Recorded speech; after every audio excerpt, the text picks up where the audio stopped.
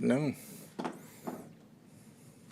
How tough was it to get to the 53-man roster with all the talent that you have assembled on this team? I mean, it's tough. It's always tough when you get down to that point. I thought we had a lot of good players this year that could have played, and, it came down to the end. But it's always tough telling somebody they can't make a team.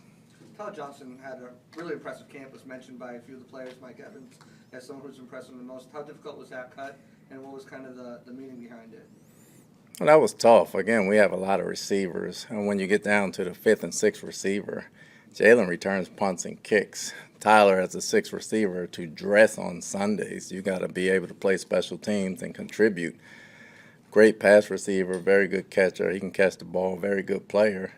No special teams value. And once you get down past the top 4 and 5, you got to have more value than just catching the football because you won't dress on Sundays. So, that was the big reason behind it. We feel BP can do a lot of things on special teams. We feel Scotty can do some things as well. So, that's what it came down to. Todd, what kind of role can Scotty Miller play on special teams? He really hasn't played a bunch. He did have a couple of stints as a gunner where he made some impact plays for last year.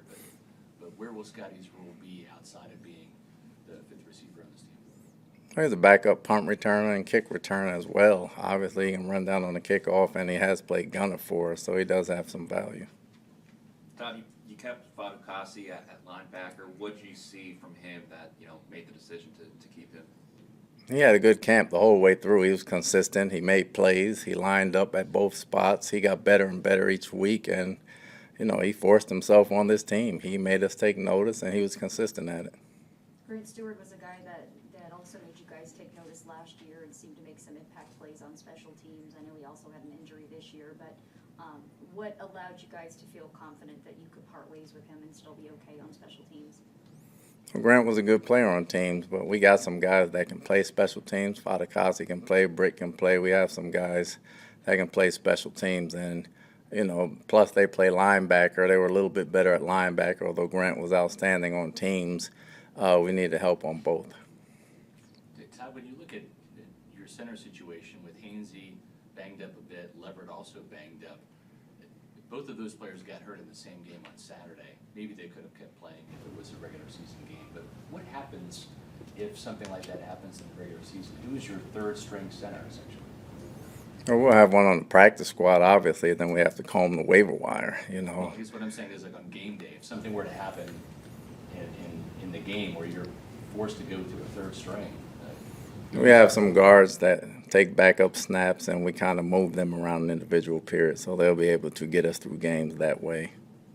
Can you give us an update on Nick and Hainsey? They're both trending in the right direction. If they continue to heal, they'll be ready to practice next week and should be available for the game. Other guys that had kind of lingering injuries like Gio, like Zion, do you know if you expect them to go in these 2 days this week?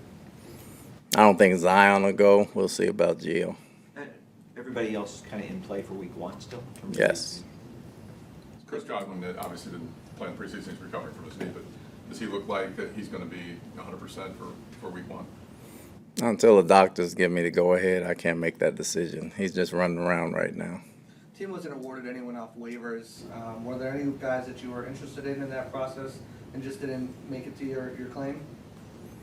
No, I don't think so. I think a lot of the guys we wanted back, we knew all the good players would have been taken anyway. We're going to wait and see who cleared waivers first before you put a claim in on anybody. And as far as Ryan Jensen, most people expect to move to IR. Any update on him? Not yet. I mean, they're still waiting for the swelling to go down before they make a decision one way or the other, and we're all status quo right now.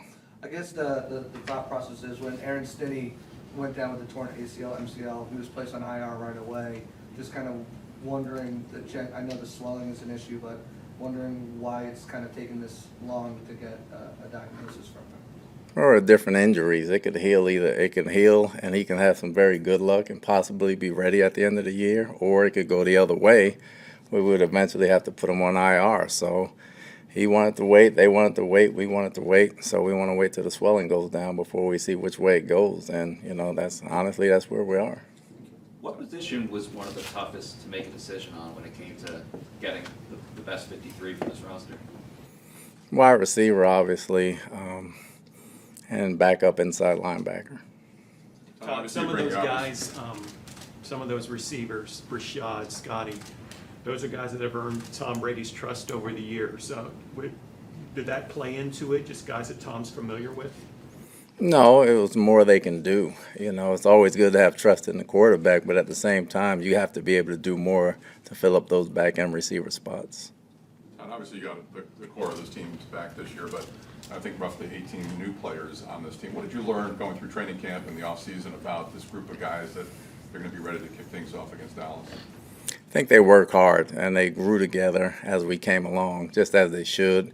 They grew together. They talk amongst each other. The vets have a great role in playing leadership to the younger guys in and out of the locker room, and I think that helps us going into the season. Todd, what's the biggest difference from gearing up a team for training camp and what that day-to-day looks like versus what you're going to be doing now preparing for an opponent? Well, it won't be as physical, number one. You know, it'll be more mental. That part of it will be the biggest difference, trying to keep everybody healthy and fresh for Sunday.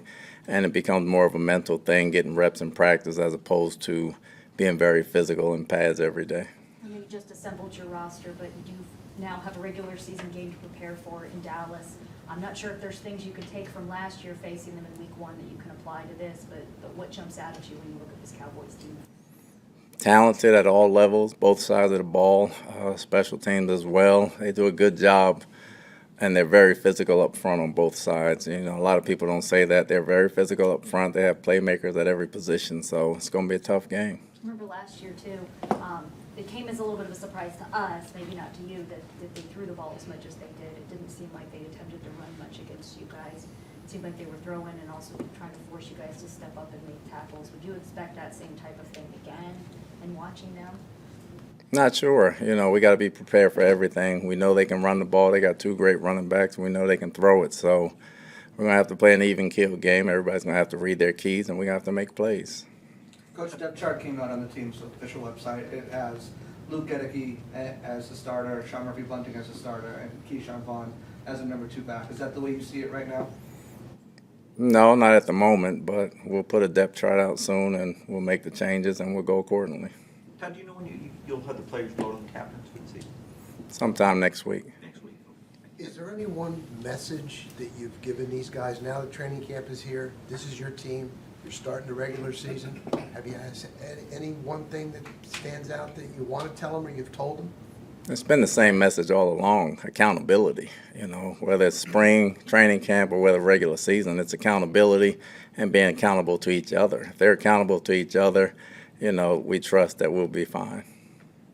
Todd, Logan Ryan was released. Is it correct to assume that he's going to be back in the building very soon after some maneuvers are made? Yeah, he'll be back. Bruce Arians was saying, I guess this past week, that this is the most talent that he's seen in the Bucs organization going into the season. Kind of agree with that assessment. I mean, is this team loaded more than it was in the Super Bowl season? I think we have more depth. I think we have more depth at each position than we had when we won the Super Bowl. I know in some of the games that you guys did lose last year or struggle in defensively, tackling was an issue at times. Is that an area you think you guys have cleaned up in? I know you don't get a lot of opportunities to practice it, but...